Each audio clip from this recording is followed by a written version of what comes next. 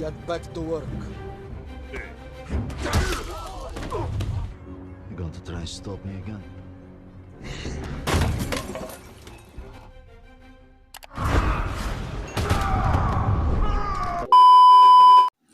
Halo sis bro, dimanapun kalian berada. Apa kabar semuanya? Semoga kalian baik-baik aja ya.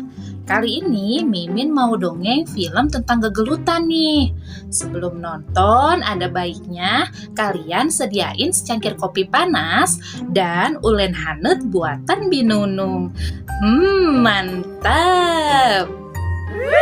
Film ini berjudul Undisputed yang dirilis awal tahun 2017, disutradarai oleh Todor Chapkanov dan dibintangi oleh Scott Adkins, Theodora Duhovnikova, Lon Abutbul, dan Martin Ford. Film ini menceritakan tentang seorang legenda petinju jalanan yang dimana suatu ketika dia sedang bertarung, dia tidak sengaja membuat lawannya tewas. Oke, tanpa lama-lama lagi, Mimin langsung aja dongeng alur filmnya. Seperti biasa, sebelum Mimin mulai, jangan lupa ya, like, comment, share, and subscribe. Oke, lanjut. Scene dibuka di kota Kiev, Ukraina. Tepatnya di Underground Arena. Di sana terlihat ada seseorang yang sedang duduk baring ngalamun, meratapi perasaan bersalahnya. Karena selama 10 tahun ini, dia merasakan gelapnya neraka di dalam penjara. Dia adalah Yuri Boyka.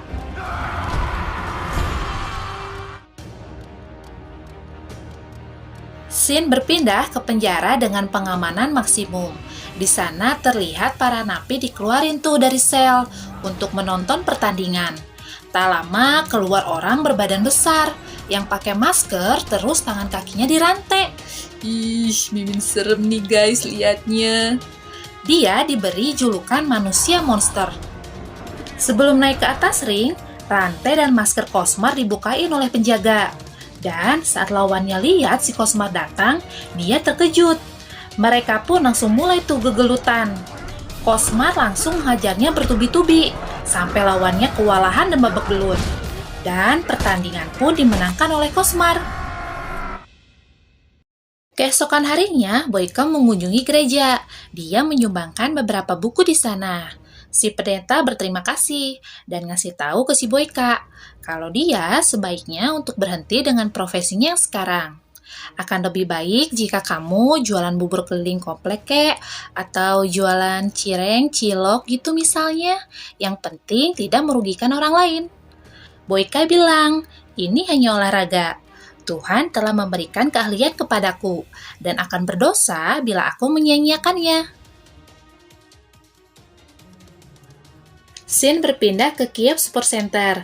Terlihat Boyka yang sedang berlatih didatangi manajernya yang memberitahukan kalau ada pertandingan resmi telah dibuka, tepatnya di Budapest. Tapi untuk sampai ke sana, Boyka harus melewati babak kualifikasi dan mengambil hati pemandu bakat yang ada di sana. Kalau Boyka bisa lakukan itu, dia akan berlanjut ke Budapest. Lanjut cerita, babak kualifikasi pun dimulai. Sebelum bertanding, si manajer memperingati si Boyka tuh untuk hati-hati dengan lawannya karena dia sangat ganas. Tapi si Boyka malah ambek. Dia berkata, tidak ada orang yang sehebat dia di turnamen manapun. Boyka langsung berlari ke atas ring dan lawannya pun datang tuh. Wow, si speknya samaan. Pertandingan pun dimulai. Mereka mulai gegelutan. Awalnya sih sama-sama kuat, tonjok-tonjokan, tetajongan, pokoknya segala jurus udah dikeluarin tuh. Tapi akhirnya lawannya si Boyka kewalahan. Dia udah gak berdaya lagi. Dia terus dihantam sama si Boyka. Dan lawannya pun tumbeng deh. Tunggu. Ternyata dia bangun lagi. Si Boyka yang melihat lawannya masih kuat, dia langsung memukulnya dengan sangat keras. Sampai akhirnya lawannya pun terjatuh dan tidak bangun lagi. Dan akhirnya pertandingan pun dimenangkan oleh si Boyka. Setelah pertandingan, pemandu bakat langsung menghampiri Boyka. Mereka mengucapkan selamat atas kemenangannya. Mereka pun sangat terkesan dengan skill yang dimiliki Boyka dan mengajaknya untuk bergabung di Budapest. Si Boyka pun berkata, "Oke lah, bari atoh teh gening. Tak lama dari situ, si manajer langsung memberikan uang dari hasil pertandingannya. Saat Boyka mau pulang, dia melihat lawan tandingnya mau dibawa ke rumah sakit. Dia bertanya pada perawat, "Ada apa ini?" Si perawat bilang, keadaannya kritis dan sepertinya kena geger otak. Si Boyka langsung ngahulang teringat perkataan pendeta. Keesokan harinya, Boyka langsung nyamperin manajernya dan menanyakan kondisi lawannya. Ternyata lawannya udah tewas. Boyka bertanya asal-usul orang tersebut, dan si manajer pun mengatakan orang tersebut bernama Viktor, berasal dari kota kecil di Rusia. Boyka langsung menanyakan loker si Viktor, dan si manajer menjawab, hanya ada sebuah tas di lokernya.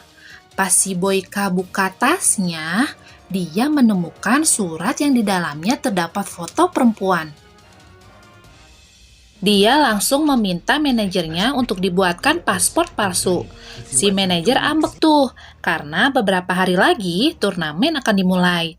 Tapi si Boyka kekeh, dia malah balik marah sama si manajer. Dan akhirnya si manajer pun mengokeikan. Scene berpindah ke Rusia. Di sana pemakaman Viktor sedang berlangsung. Setelah acaranya selesai, istrinya Viktor yang bernama Alma dihampiri oleh Zorab. Zorab adalah orang kaya yang mempunyai klub sekaligus promotor tinju di kota tersebut. Zorab pun mengucapkan belasungkawa. Tak lama kemudian, dia menanyakan masalah hutang piutang. Dan Alma menawarkan diri untuk bekerja dengan Zorab. Scene berpindah saat Boyka sudah mendapatkan paspornya. Dia pun langsung cus tuh ke Rusia. Tapi kata si manajer, dia harus naik bis kecil supaya bisa lolos dari pemeriksaan petugas di sana. Saat tiba di Rusia, Boyka langsung nyamperin si Alma tuh. Dan Boyka pun melihat si Alma. Mereka pun papelong-pelong. Tapi tiba-tiba datang mobil yang menjemput si Alma. Ternyata Alma dijemput untuk bekerja. Boyka langsung nyamperin Alma ke tempat kerjanya. Dia melihat di sana sedang ada pertandingan tinju. Si Boyka kalahkan nonton tinju. Tak lama kemudian, Boyka melihat Alma yang sedang bekerja. Dia pun langsung menghampirinya. Tapi tiba-tiba Boyka diusir sama anak buahnya si Zorab. Karena kesal, Boyka langsung tuh gelut di situ.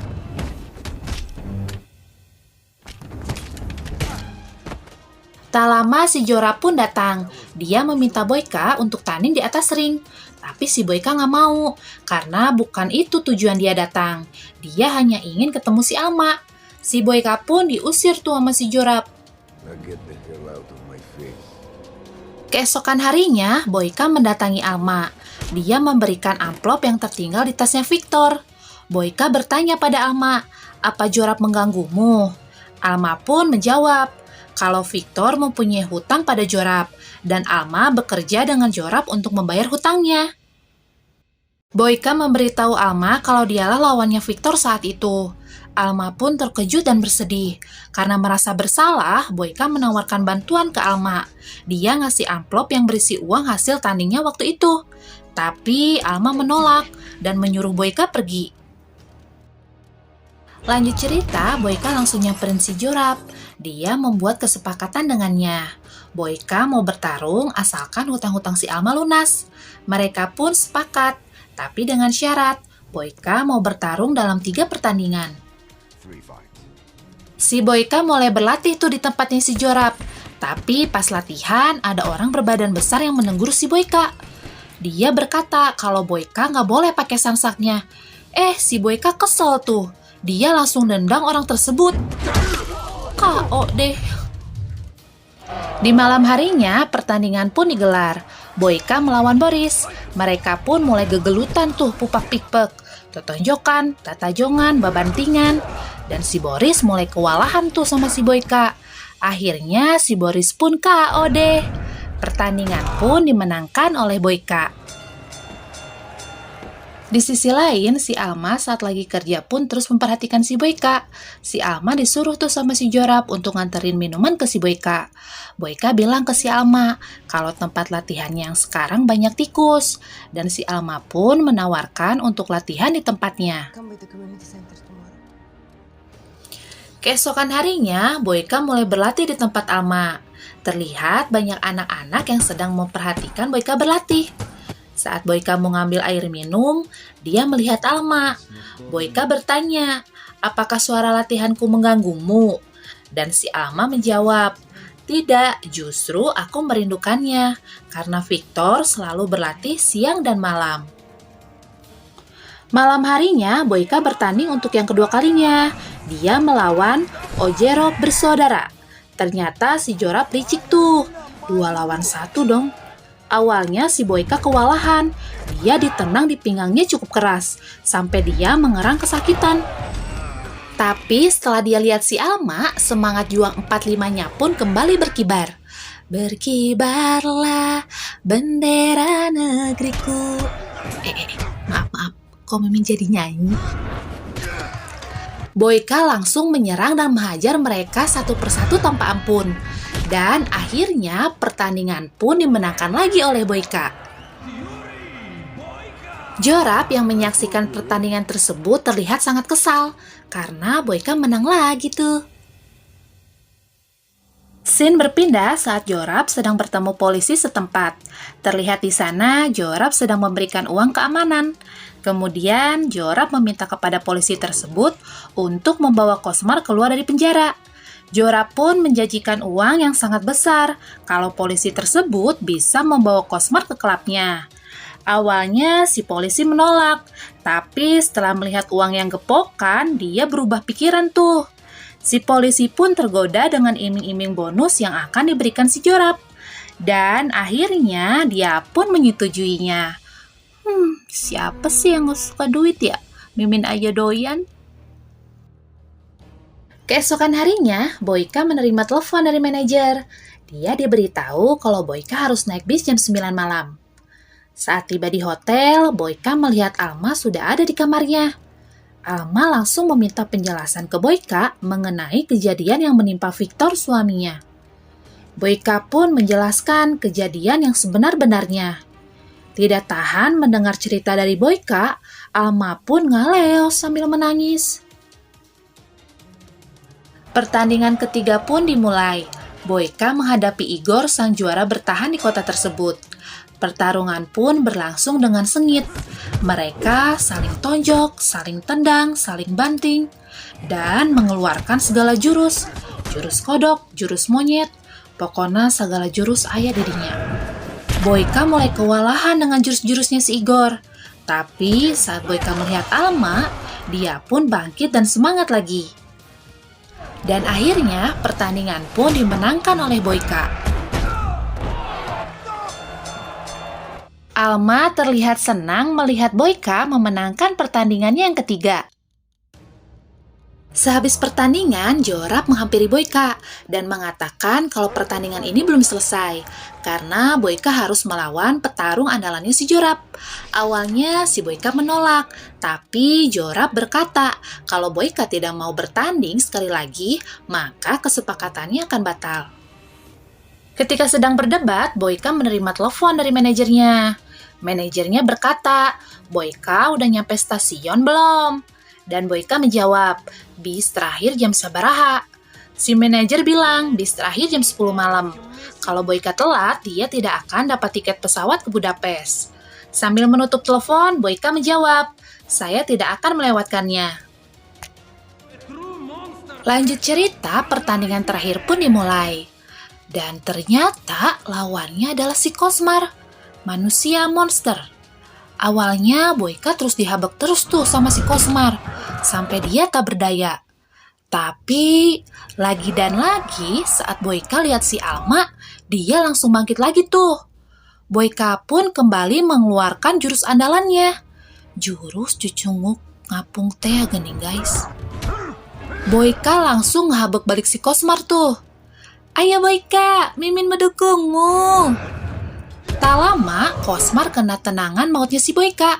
sampai dia terjatuh ke bawah ring. Dan pertandingan pun dimenangkan oleh Boyka. Di sisi lain, Jorab membawa paksa si Alma. Boyka yang melihat kejadian itu baru mau ngejar, dia malah dikeroyok sama anak buahnya si Jorab. Sampai terkapar dan tak berdaya. Mendengar Alma berteriak, Boyka langsung bangkit dan bersemangat lagi. Dia pun menghajar satu persatu anak buahnya si Jorab. Boyka pun terkena tembak tuh di tangannya. Saat Boyka mengejar si Jorab, si Boyka kena tembak lagi tuh di perutnya. Tapi si Boyka langsung menghajar si Jorab dan mencekiknya hingga tewas. Setelah Jorab tewas, Boyka meminta maaf ke Alma. Tapi Alma hanya terdiam. Tak lama, mobil polisi pun datang dan menangkap Boyka. Scene berpindah 6 bulan kemudian. Di penjara, Boyka yang ditahan mendapatkan tamu. Dia adalah Alma. Alma datang untuk menanyakan kabar Boyka, dan dia mengatakan kalau akhirnya Alma bisa memaafkan kesalahan Boyka terhadap suaminya Victor. Dan Boyka berkata, "Hatur nuhun." Film pun berakhir deh. Ending yang sangat mengharukan. Saya Mimin Centil beserta jajaran tim DH Studio Cabang Ujung Berung mengucapkan terima kasih. Dan sampai jumpa lagi di video selanjutnya. Bermios. Gehu hanet dimakan pagi. Anak ucing, anak kuya. Jangan lupa nonton lagi video Mimin selanjutnya.